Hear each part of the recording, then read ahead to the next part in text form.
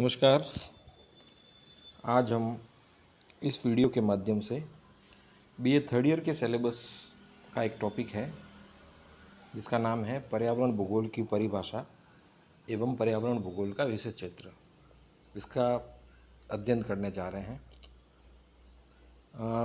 पर्यावरण भूगोल की परिभाषा को देखने से पहले हम थोड़ा सा पर्यावरण भूगोल का विकास किस प्रकार से हुआ, इसका इतिहास किस प्रकार का रहा और कैसे भूगोल से अलग पर्यावरण भूगोल अस्तित्व में आया है, इस पे थोड़ी सी हम चर्चा कर लेते हैं। उसके बाद हम पर्यावरण भूगोल की परिभाषा और उसके अर्थ की बात करेंगे। अगर हम बात करें पर्यावरण की, तो पर्यावरण को प्राचीन काल से ही भूगोल का अभिन्न अंग माना जाता रहा है। मतलब पर्यावरण का अध्ययन भूगोल में ही शामिल करके उसके अभिन्न अंग के रूप में किया जाता था। उसका पर्यावरण के लिए अलग से कोई पर्यावरण भूगोल की शाखा नहीं थी। लेकिन सेकेंड वर्ल्ड वॉर के बाद में ये जो शाखा है पर्यावरण भूगोल नाम की, ये अलग से उभर करके सामने आने लगी। इस दिशा में अनेक भूगोलवेत्ताओं ने प्रयास किए थे, लेकिन ख़ास तौर से जो जर्मन भूगोलवेत्ता थे, उनका 18वीं और 19वीं शताब्दी में किया गया जो योगदान था, उसने पर्यावरण भूगोल को अलग विषय के रूप में या अध्ययन की अलग शाखा के रूप में विकसित करने में बहुत बड़ा योगदान दिया। हम बात करें यदि हम्बोल्ट की, हम्बोल्ट नाम के विद्वान ने सन 1799 में दक्षिणी अमेरिका का भ्रमण किया और वहाँ भ्रमण करके भूमध्य रेखीय जो देश है उनकी पर्यावरणीय दशाओं का विस्तृत अध्ययन किया और इसका विवरण अपनी एक पुस्तक में दिया जिसका नाम था प्लांट ज्योग्राफी, यानी कि वनस्पति भूगोल। इन्होंने ही सबसे पहले ऊंचाई, तापमान तथा प्राकृतिक वनस्पति और फसलों के बीच में क्या संबंध है, इस बात को स्पष्ट किया। अर्थात वनस्पति और फसलों पर तापमान और ऊंचाई का क्या प्रभाव पड़ता है, इस बात पर इन्होंने अपना लेख प्रकाशित किया। और उन्होंने ही सर्वप्रथम जैव भूगोल को पादप भूगोल और जंतु भूगोल में विभाजित किया। 19वीं शताब्दी में ये एक पुस्तक आई थी जिसका नाम है जीवों का भौगोलिक वितरण, जो AR वेलेस नाम के विद्वान ने लिखी थी। इन्होंने भी पर्यावरण भूगोल को अलग शाखा बनाने में, अलग ज्ञान की शाखा के रूप में विकसित करने में अपना बहुत बड़ा योगदान दिया था। इन कार्यों के बाद पर्यावरण भूगोल में भौतिक घटक के साथ साथ जैविक घटकों के उद्भव एवं विकास तथा वितरण का व्यवस्थित अध्ययन प्रारंभ होने लगा। कार्ल रिटर की बात करें तो कार्ल रिटर ने पर्यावरण भूगोल के एक अभिन्न अंग के रूप में पृथ्वी तल को प्राकृतिक प्रदेशों में बांटा और इन्होंने अपनी एक पुस्तक लिखी जिसका नाम था लांडेर कुंडे। उसमें इन्होंने इन प्राकृतिक प्रदेशों का विस्तृत विवरण प्रस्तुत किया। अगर हम रेड जेल की बात करें तो इन्होंने भी अपनी एक पुस्तक जिसका नाम है एंथ्रोपोजोग्राफी, उसमें पर्यावरण के विभिन्न संगठक तत्वों, धरातल की बनावट, जलवायु, वनस्पति आदि तत्वों का वर्णन मानवीय संबंधों के साथ करके पर्यावरण के विकास को एक नई दिशा प्रदान की। इसी प्रकार से रेड जेल की शिष्य जो है अमेरिका की भूगोलवेत्ता जिनका नाम था एलन सैम्पल, इन्होंने भी पर्यावरण भूगोल को काफ़ी सुदृढ़ आधार प्रदान किया। इनकी किताब का नाम है इन्फ्लुएंस ऑफ ज्योग्राफिक एनवायरनमेंट। इस किताब में इन्होंने मानव को धरातल की उपज बताया, यानी मानव का पर्यावरण के साथ में गहरा रिश्ता है, इस बात को इन्होंने सामने लाने का प्रयास किया था। और इन्होंने विभिन्न पर्यावरण के जो घटक हैं इनके साथ मानव के अनुकूलन और समायोजन को विस्तार से वर्णित किया इस किताब में। इन्होंने लिखा था कि प्राकृतिक पर्यावरण के विभिन्न तत्व जैसे कि भूमि की बनावट, जलवायु, मिट्टी, खनिज, वनस्पति, पशु आदि का प्रभाव मानव शरीर तथा उसके जीविकोपार्जन के ढंगों पर पड़ता है। यानी मानव का शरीर और उसकी जो आर्थिक क्रियाएं है और साथ साथ जो पशु है, इन पर भूमि की बनावट, जलवायु, मृदा, खनिज आदि इन भौतिक तत्वों का प्रभाव पड़ता है।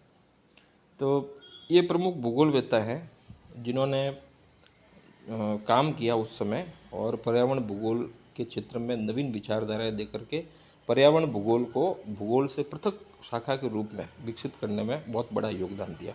अगर हम बात करें ब्रिटिश भूगोलवेत्ता हर्बर्टसन की, तो उन्होंने भी 1905 ईस्वी में विश्व को प्रमुख प्राकृतिक प्रदेशों में विभाजित किया। ये इनका विश्व को प्राकृतिक प्रदेशों में बांटने का एक सफल प्रयास था। इन्होंने संपूर्ण विश्व को प्राकृतिक प्रदेशों में बांटा और इसके लिए वनस्पति को प्रमुख आधार बनाया। इसी प्रकार जो ऑस्ट्रेलिया के भूगोलवेत्ता थे ग्रिफिथ टेलर, इन्होंने भी पर्यावरण और मानव को आपस में अंतर संबंधित मानते हुए भूगोल में पर्यावरण अध्ययन को एक नई दिशा प्रदान की। अब धीरे धीरे करके पर्यावरण भूगोल नाम की अलग शाखा तो विकसित हो गई, लेकिन इसका नामकरण अलग से पर्यावरण भूगोल नहीं हो पाया था।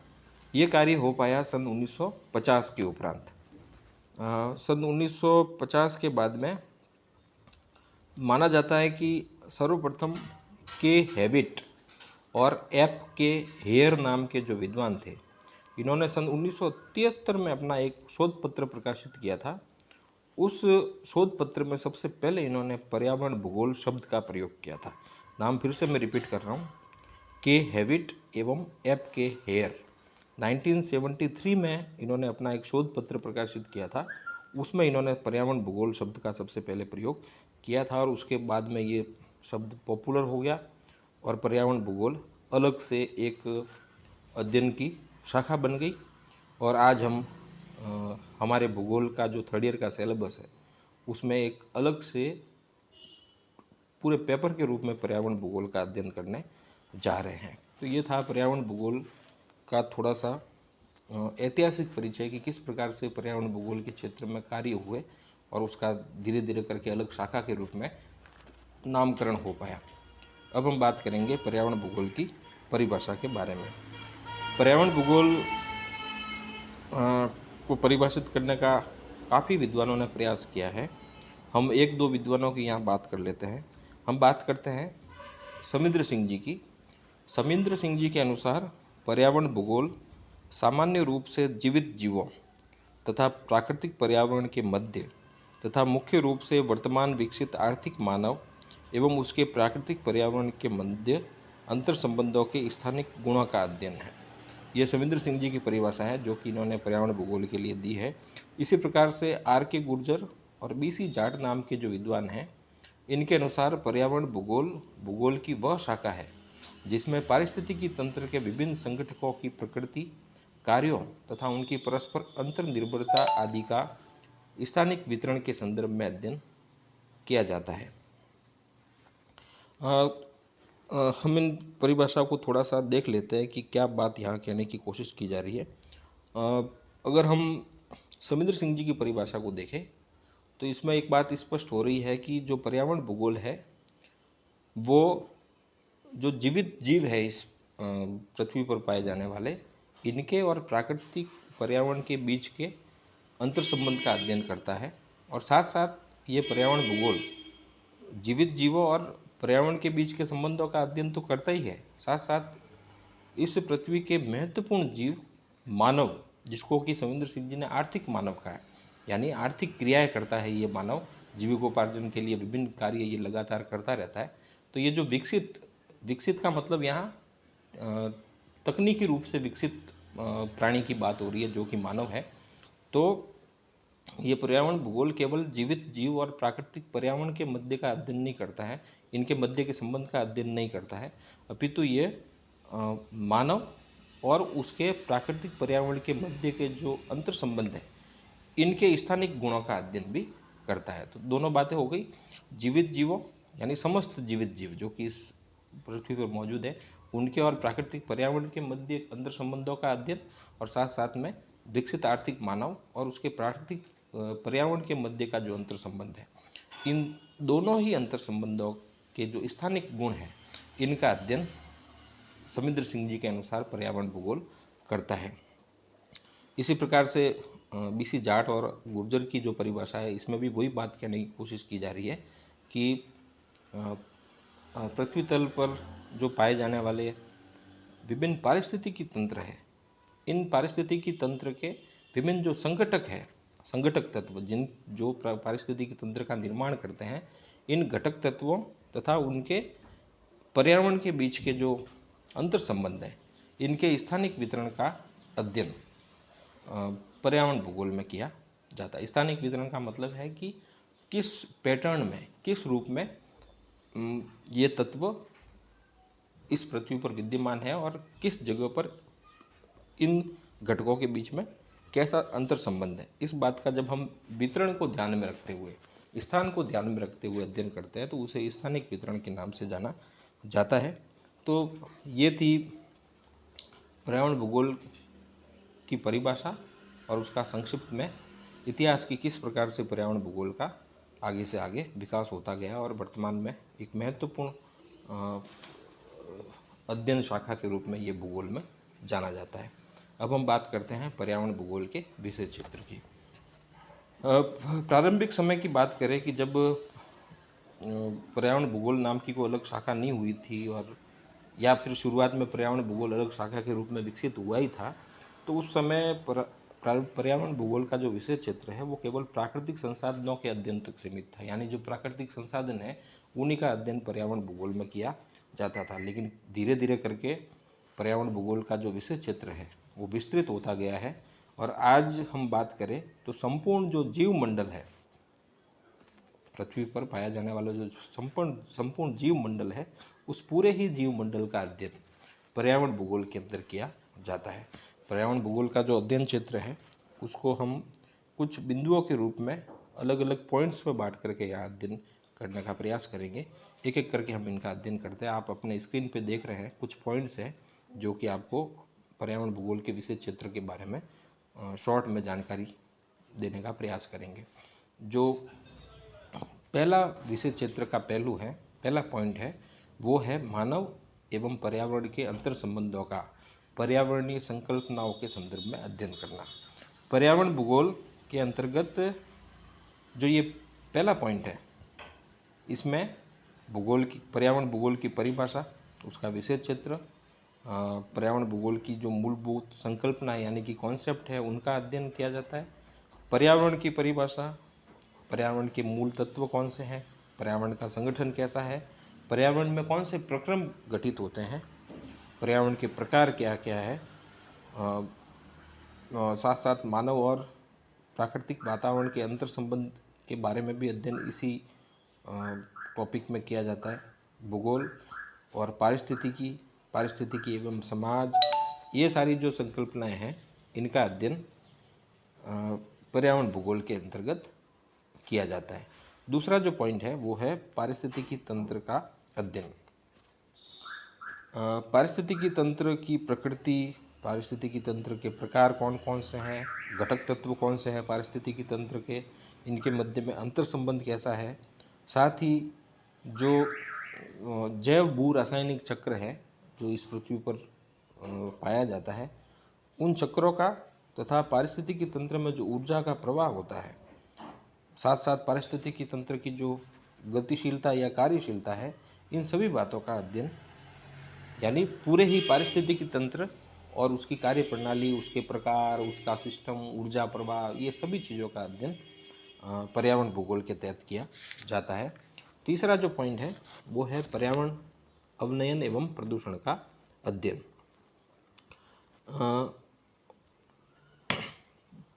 पर्यावरण का अवनयन क्यों हो रहा है, पर्यावरण का प्रदूषण क्यों हो रहा है, उसके भौतिक और मानवीय कारक क्या है, प्रदूषण कितने प्रकार का होता है, प्रमुख जो प्रदूषक तत्व है वो कौन से हैं, उनके सोर्स क्या है, और प्रदूषण अगर हो गया है तो उसका निवारण क्या है, क्या उपाय किया जाए, किस प्रकार से प्रबंधन किया जाए कि पर्यावरण प्रदूषण को कम किया जा सकता है, उसके दुष्प्रभावों को कम किया जा सकता है।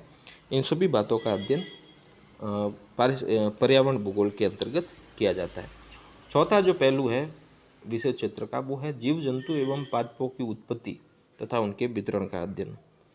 पर्यावरण भूगोल के विषय क्षेत्र का एक महत्वपूर्ण भाग ये है कि पौधों और जंतुओं का उद्भव कैसे हुआ, कैसे ये इस पृथ्वी पर आए, कैसे पैदा हुए, उनका वितरण किस प्रकार का है, विलोपन क्यों हो रहा है कुछ प्रजातियों का, इनका स्थानिक वितरण कैसा है, और साथ साथ में जीवमंडल में कौन कौन से जीवों पाए जाते हैं, बायोम्स पाए जाते हैं, इन सभी बातों का अध्ययन इस बिंदु के तहत पर्यावरण भूगोल में किया जाता है।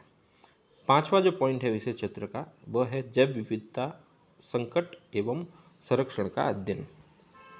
पृथ्वी पर तेजी से जैव विविधता का विलोपन हो रहा है। जैसा कि हम सभी जानते हैं, कई जो प्रजातियां हैं वो या तो विलुप्त हो चुकी है पादप और जीवों की, या फिर विलुप्त होने के कगार पे है, संकटग्रस्त है वो। तो ऐसा क्यों हो रहा है, क्या कारण है इसके, साथ साथ किस प्रकार से जैव विविधता का संरक्षण किया जा सकता है, क्या तकनीकें अपनाई जा सकती है, किस प्रकार से जन चेतना फैलाई जा सकती है इसके लिए, इन सभी चीज़ों का अध्ययन जैव विविधता संकट एवं संरक्षण का अध्ययन नामक इस पॉइंट के तहत पर्यावरण भूगोल के अंदर किया जाता है। अगला जो पॉइंट है वह है वैश्विक पर्यावरणीय समस्याओं का अध्ययन करना। विश्व स्तर पर हम सभी जानते हैं कि आज कई पर्यावरणीय समस्याएं उत्पन्न हो चुकी है, जिनमें से कुछ के नाम जैसे हम यहाँ ले रहे हैं, जैसे green house effect, global warming, जलवायु का परिवर्तन, लगातार ध्रुवों और पर्वतीय क्षेत्रों की हिम का पिघलना, समुद्र तल में वृद्धि होना, स्थलीय और सागरीय पारिस्थितिकी तंत्र में बदलाव हो रहा है लगातार, जगह जगह जल संकट की स्थिति पैदा हो गई है या अंडरग्राउंड वाटर लेवल नीचे जा रहा है, ऊर्जा संकट से विश्व जूझ रहा है, जनसंख्या विस्फोट और तीव्र जनसंख्या वृद्धि से हम सभी लोग रूबरू है। तो ये सभी जो वैश्विक पर्यावरणीय समस्याएं हैं, इनका कारण क्या है, कैसे इनका समाधान किया जा सकता है, कैसे इनके दुष्प्रभावों को कम किया जा सकता है, इन सभी वैश्विक समस्याओं का अध्ययन पर्यावरण भूगोल के अंतर्गत किया जाता है। सातवां जो पहलू है वो है प्राकृतिक आपदाओं का अध्ययन। तेजी से विश्व स्तर पर प्राकृतिक प्रकोप और आपदाएं बढ़ती जा रही है।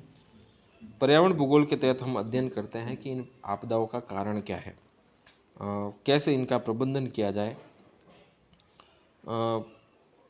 जैसे भूकंप, ज्वालामुखी, भूस्खलन, बाढ़, सूखा, तूफान, दावानल, ये सभी आपदाएं और जो प्रकोप है, इनके कारण क्या है, कैसे इनका निवारण किया जा सकता है, कैसे इनसे बचा जा सकता है, कैसे इनका आपदाओं का प्रबंधन किया जाए, इन सभी बातों का अध्ययन पर्यावरण भूगोल के तहत महत्वपूर्ण रूप से किया जाने लगा है।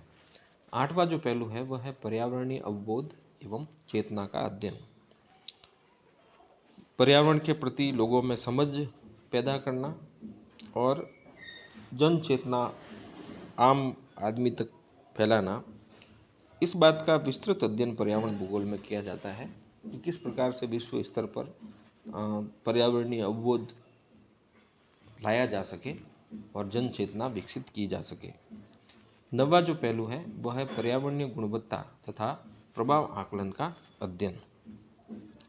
आज विश्व स्तर पर कई नए प्रोजेक्ट चलाए जा रहे हैं, जैसे बड़े बड़े बांध बनाना या नगर का कहीं पे टाउन प्लानिंग करना, पुल बनाना, रेलवे लाइन निकालना। कहीं न कहीं इन सभी विकास कार्यों में पर्यावरण के साथ में छेड़छाड़ अवश्य होती है। तो पर्यावरण के साथ में जब इन कारणों से या किसी अन्य मानवीय गतिविधि की वजह से छेड़छाड़ की जाती है तो उसका कोई न कोई दुष्प्रभाव हमें देखने को मिलता है। तो पर्यावरण भूगोल इस बात का अध्ययन करने लगा है कि जब प्रकृति के साथ में छेड़छाड़ की जाएगी किसी स्थान पर तो उससे क्या दुष्परिणाम है जो कि हमें झेलने पड़ेंगे, क्या प्रभाव वहाँ के पर्यावरण पर, वहाँ के मानव और पशु स्वास्थ्य पर पड़ेगा, जीव जंतु वनस्पति पर पड़ेगा। इन सब बातों का अध्ययन पर्यावरण अध्ययन में आजकल किया जाने लगा है और ये पर्यावरण भूगोल की काफ़ी महत्वपूर्ण विषय वस्तु बन गई है। और 10वां जो पहलू है पर्यावरण भूगोल के विषय क्षेत्र का वह है पर्यावरणीय प्रबंधन का अध्ययन। पर्यावरण प्रबंधन की जो संकल्पना है, इस रूप में विभिन्न प्राकृतिक संसाधनों का अध्ययन किया जाता है, जिसके अंतर्गत इन संसाधनों के अर्थ, वर्गीकरण, सर्वेक्षण, मूल्यांकन, संरक्षण तथा परिरक्षण को महत्व दिया जाता है। पर्यावरण प्रबंधन में सहयोगी राष्ट्रीय एवं विश्व स्तर पर जो कार्यक्रम हैं, इनका भी अध्ययन पर्यावरण प्रबंधन के तहत किया जाता है। साथ ही पर्यावरण प्रबंधन की विभिन्न प्रक्रियाओं, विधियों, इसके लिए कौन से उपागम काम में लिए जा सकते हैं, और किस प्रकार से पारिस्थितिकीय संसाधनों का प्रबंधन और जैव मंडल का संरक्षण किया जा सकता है, इन सभी बातों का अध्ययन पर्यावरण प्रबंधन के तहत किया जाता है। तो ये कुल 10 पहलू थे जिनको देख करके हमने यहाँ प्रयास किया कि हम शॉर्ट में यहाँ समझ सके कि पर्यावरण भूगोल का विषय क्षेत्र क्या है। तो ये शुरुआती टॉपिक है पर्यावरण भूगोल के सिलेबस का, जिसके बारे में हमने इस वीडियो के माध्यम से जानने का प्रयास किया। अगले टॉपिक में हम अगले वीडियो में हम पर्यावरण भूगोल का अन्य विषयों के साथ में किस प्रकार का अंतर संबंध है, कैसा संबंध है, इस बात का अध्ययन करने का हम प्रयास करेंगे। धन्यवाद।